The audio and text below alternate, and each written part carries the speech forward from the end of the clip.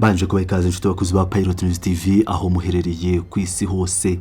Uyu munsi twabategura inkuru ikomeye cyane, inkuru y'umugabo w'intwari, umunyabigwi wacu akaba inkotanyi cyane. Mwaba muzi uburyo igihugu cyacu cy'u Rwanda gitanga abageni bashoboye kandi bashobotse? Ese mwari muzi amateka y'umugabo wakoze ibikomeye mu kurinda umutekano w'igihugu, akigisha abasirikare bakuru kugeza abaye umuvugizi w'ingabo z'u Rwanda, ndetse bakaba ayoboye umutwe wa East African Standby Force. Niba utaramenya uwo tuvuga, muri iyi video tugiye kurebera hamwe amateka akomeye y'umuhanga ku ruhembe rw'umuheto, Brigadier General Ronald Rwivanga. Komeza bane natwe kugeza ku musozo, ukanda like, ukanda subscribe niba utarabikora, kuko iyi nkuru igiye kugufasha kumva neza urugendo rurerure rw'uyu muyobozi w'icyitegererezo. Reka twinjire mu nkuru yacu. Kugira ngo twumve neza uyu mugabo wari we, tugomba gusubira inyuma mu mateka tukareba aho yatangiriye urugendo rwe. Amateka yerekana ko Brigadier General Ronald Rwivanga yabanje kwiyubaka mu bumenyi mbere y'uko yinjira mu gisirikare kuva mu mwaka wa 1994 kugeza mu 1997. Yize muri kaminuza ikomeye cyane mu karere yitwa Makerere University. Iyi kaminuza ikaba iherereye i Kampala muri Uganda. Muri kaminuza yakurikiranyemo amasomo akomeye, ahavana impamyabumenyi y'icyiciro cya kabiri cya kaminuza mu bijyanye n'imbonezamubano n'imibereho y'abantu, ibyo twakwita social work and social administration mu rurimi rw'icyongereza. Ubumenyi yakuye muri aya masomo bwamufashije cyane kumva neza imibereho y'abantu n'imibanire yabo.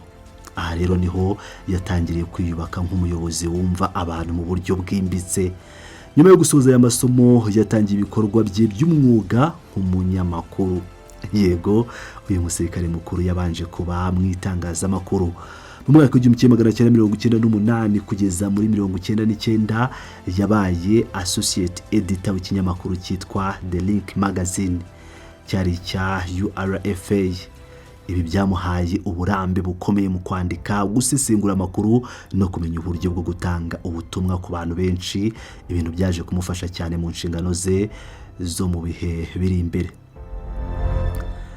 Nyuma y'uyu mwuga w'itangazamakuru, umutima wo gukunda igihugu no gushaka gukorera igihugu mu buryo bwimbitse wamuyoboye kwinjira mu ngabo z'u Rwanda. Mu mwaka wa 1999 kwinjira mu gisirikare cy'u Rwanda si ikintu cyari cyoroshye. Byasabaga ubwitange, imyitwarire myiza cyane idasanzwe n'urukundo rwinshi rw'igihugu. Kuva mu 1999 kugeza muri 2003 yakoze imirimo itandukanye y'ubuyobozi n'akazi ka gisirikare. Muri iyi myaka y'intangiriro yubatse uburambe bukomeye cyane mu nzego zitandukanye za gisirikare no mu buyobozi bw'ingabo. Yakoranye umurava wose, yiga byinshi bishya buri munsi, kandi yubaka nk'umusirikare ushoboye gukemura ibibazo bikomeye. Ibyo nibyo byatumye yizerwa kugira ngo ahabwe inshingano zikomeye mu minsi yari igiye gukurikiraho. Noneho reka tugere ku gice gikomeye cyane mu mateka ye, igice gisaba ubuhanga bwihariye. Kuva mu mwaka wa 2004 kugeza mu mwaka wa 2013, Brigadier General Ronald Rwivanga yakoze mu mutwe ushinzwe kurinda umukuru w'igihugu uzwi nka Republican Guard. Uyu mutwe ni umutwe w'ingenzi cyane mu gihugu kandi usaba ubushobozi bw'indashyikirwa ku muntu uwukoramo wese. Yabanje kuba staff officer ushinzwe ibikorwa bya gisirikare, amahugurwa ndetse n'ubutasi. Ibi bivuze ko yari mu bategura uko akazi kose ka gisirikare n'ubutasi bikorwa muri uwo mutwe w'ingenzi. Nyuma yaho gato, kubera ubuhanga bwe bwagaragariraga buri wese, yaje kugirwa umuyobozi ushinzwe umutekano n'ubutasi, aribyo bita Head of Security and Intelligence Department. Umwanya yamazeho imyaka 7 yose, uhereye muri 2006 ukageza muri 2013. Muri iki gihe cyose kandi yahawe inshingano ziremereye cyane utasangana ubonetse wese, aho yabaye umwe mu bashinzwe kurinda Perezida wa Repubulika bya hafi cyane, umwanya uzwi mu rurimi rw'icyongereza nka Close Protection Officer to His Excellency the President of Rwanda. Kugirirwa iki cyizere gikomeye ntabwo biza gusa gutya gusa, bisaba ukwizerwa gusesuye nta gushidikanya, ubwenge buhanditse ndetse n'uburambe bwihariye mu by'umutekano wo ku rwego rwo hejuru cyane. Ibi byamuhaye ishusho ngari cyane y'uko umutekano w'igihugu wubakwa n'uko ugomba kurindwa amanywa n'ijoro. Nk'uko twabivuze kare dutangira, uru Rwanda rutanga abageni bashoboye. General Rwivanga ntabwo yagarukiye gusa mu gukora akazi k'amaboko, ahubwo yakomeje urugendo rwo kwiyubaka mu bumenyi bwo mu rwego rwo hejuru.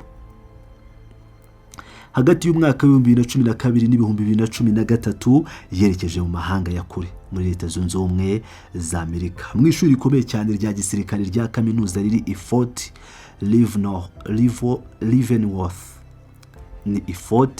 Leavenworth muri leta ya Kansas.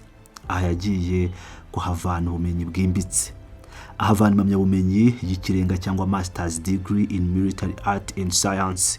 Igitangaje muri ibi byose kandi kigomba gushimangirwa nuko yasoje aya masomo ye adatsinze gusa, ahubwo afite amanota yo mu rwego rwo hejuru cyane rwitwa A+. Ibyo bita distinction. Ibi birerekana ubuhanga bwe budasanzwe no guhangana n'abanyeshuri bo mu bindi bihugu agakomeza kuza imbere. Igitabo cye gisoza amashuri kibanze ku nsanganyamatsiko ikomeye cyane ifite isano ikomeye n'amateka y'u Rwanda. Yasesenguye ibyaha bya jenoside n'ubwicanyi bwashegeshe imbaga. Mu Cyongereza byitwa genocide and mass atrocities. Gusesengura iyi nsanganyamatsiko byerekana neza ko yifuzaga kumva imizi y'ibi byaha ku isi kugira ngo bishakirwe ibisubizo birambye. Uyu mugabo rero ni impuguke ikomeye mu bya gisirikare ndetse n'amateka y'umuntu mu buryo bwagutse. Tugarutse mu Rwanda mu mwaka wa 2013 yahise ahabwa inshingano nshya, agirwa umuyobozi ushinzwe ibikorwa n'amahugurwa mu mutwe ushinzwe kurinda umukuru w'igihugu Republican Guard Unit. Muri uwo mwaka kandi kubera bwa buhanga yakuye muri Amerika twavuze, yatangiye gukora nk'umwarimu wa gisirikare ndetse akaba umwe mu bayobozi b'ishuri bita Directing Staff muri RDF Command and Staff College i Musanze. Aha yigishaga abasirikare bakuru amasomo atandukanye asaba ubushishozi bwihariye, aho yakoze uyu murimo kugeza muri Nyakanga 2016. Muri icyo gihe niyibagiwe impano ye ya mbere yo kwandika kuko yanabaye umwanditsi mukuru w'ikinyamakuru kizwi cyane cya gisirikare cyitwa Warrior Magazine.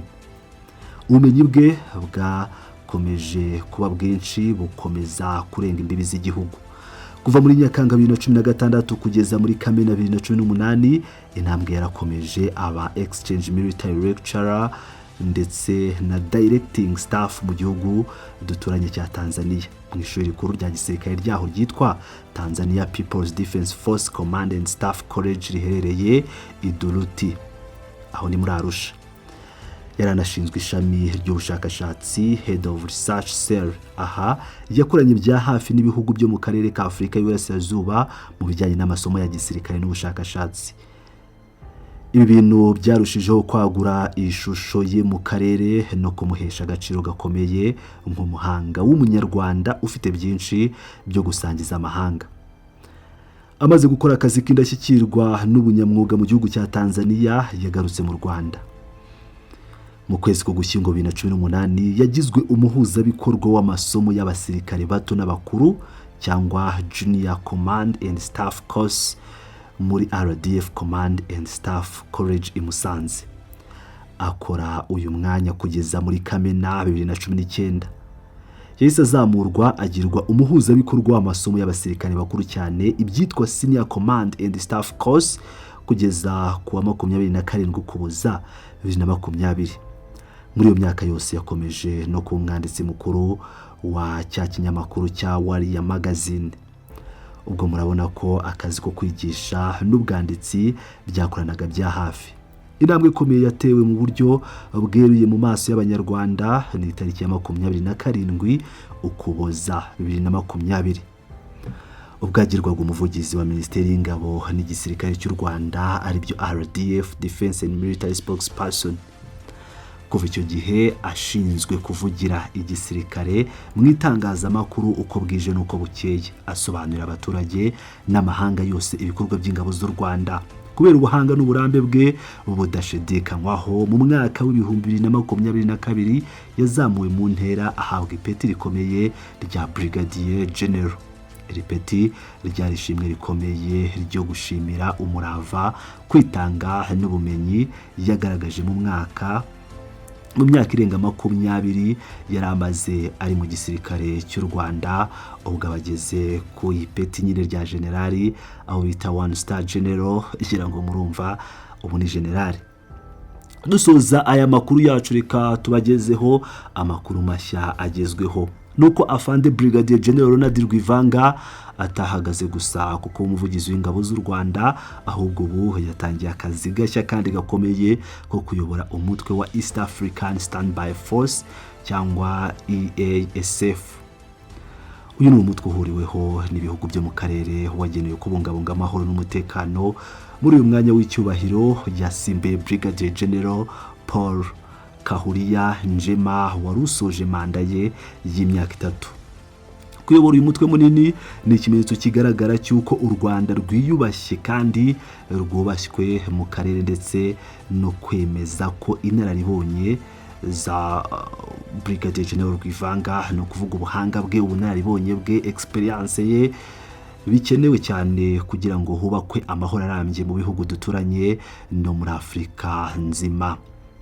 Nshuti bakunzi rero ba Pilot News TV, ngayo nguko ngaya amateka avunaguye ariko yimbitse y'uyu munyabigwi wacu Brigadier General Ronald Rwivanga. Urugendo rwe ruhera ku ntebe y'ishuri rya kaminuza rya Makerere, rukanyura mu kwandika amakuru muri The Link magazine, rukinjira mu kwitangira igihugu muri RDF, kurinda umukuru w'igihugu bya hafi cyane, gushaka ubumenyi bw'ikirenga muri Amerika mu ishuri rya Fort Leavenworth, kwigisha abasirikare mu Rwanda no muri Tanzania, kuvugira ingabo zacu. Kugeza ubu ayoboye umutwe ukomeye wa East African Standby Force. N'amateka akomeye, n'amateka akungahaye ku masomo menshi yerekana ko gukunda igihugu, ubwitange n'umurava bigize umuntu kure cyane. Turashimira cyane rero kuba mwabashije kubana natwe. Ndabashimira mwe kuba mwabashije kubana natwe muri iyi nkuru kuva dutangiye kugeza dusoje uru rugendo rwe. Rero wowe rukwigishije iki? Twandikire igitekerezo cyawe aho hasi hagenewe gutanga ibitekerezo. Niba wakunze iyi nkuru rwose ntugende udakanze like na subscribe kugira ngo utazagenda ucikwa n'izindi nkuru zacu zikomeje kugenda zivuga ku banyabigwi bacu ndetse n'ibigwi by'intwari z'igihugu cyacu. Tuzakomeza kubagezaho ibyiza gusa kuko abageni b'u Rwanda bashoboye kandi bashobotse batazigera bashira. Murakoze cyane, musigara amahoro, tuzabonana mu nkuru yacu itaha. Ndabashimiye.